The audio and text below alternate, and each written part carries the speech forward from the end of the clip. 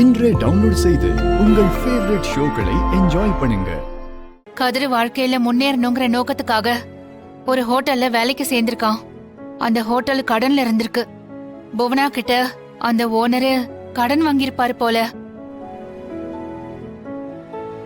ஹோட்டல கடனுக்காக மூட வேண்டாம், நானே எடுத்து நடத்துறேன்னு கதிர் சொல்லும் போது, நீ ஒண்ணும் இல்லாதவன், உன்னால ஹோட்டல்லாம் எடுத்து எப்படி நடத்த முடியும்? அப்படி நடத்தணும்னா ஷூரிட்டியா ஏதாவது பத்திரத்தை கொண்டு வந்து கொடு, அப்படி இப்படின்னு அந்த புவனேஸ்வரி அவமானப்படுத்தி பேசிருக்கலாம்.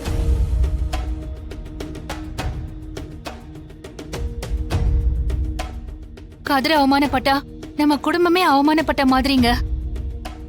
அந்த புவனேஸ்வரி பண்ணது எவ்வளவு பெரிய தப்பு. நீ என்ன சொல்ல வர?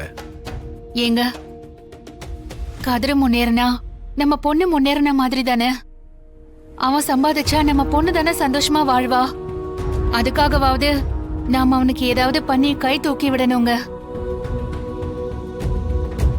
இப்ப என்ன சொல்ல வரீங்க? புவனா கடனுக்கு ஒரு ஷூரிட்டி பத்திரம் கேக்குறான், அதுக்கு கதிர் கிட்ட எப்படி இருக்கும்? அது அவன் கிட்ட அது இல்லங்கிறதுக்காக நம்ம வீட்டு பத்திரத்தை கொண்டு போய் கொடுக்க சொல்றீங்களா? எது நம்ம வீட்டு பத்திரமா? அவங்க அதானே சொல்லிட்டு இருக்காங்க, கையை தூக்கி விடணுமாமே. கை தூக்கி விடணும்னா அப்படின்னா என்ன அர்த்தம்? ஐயோ அண்ணி, அவங்க என்ன தெரியுமா சொல்லிட்டு இருக்காங்க?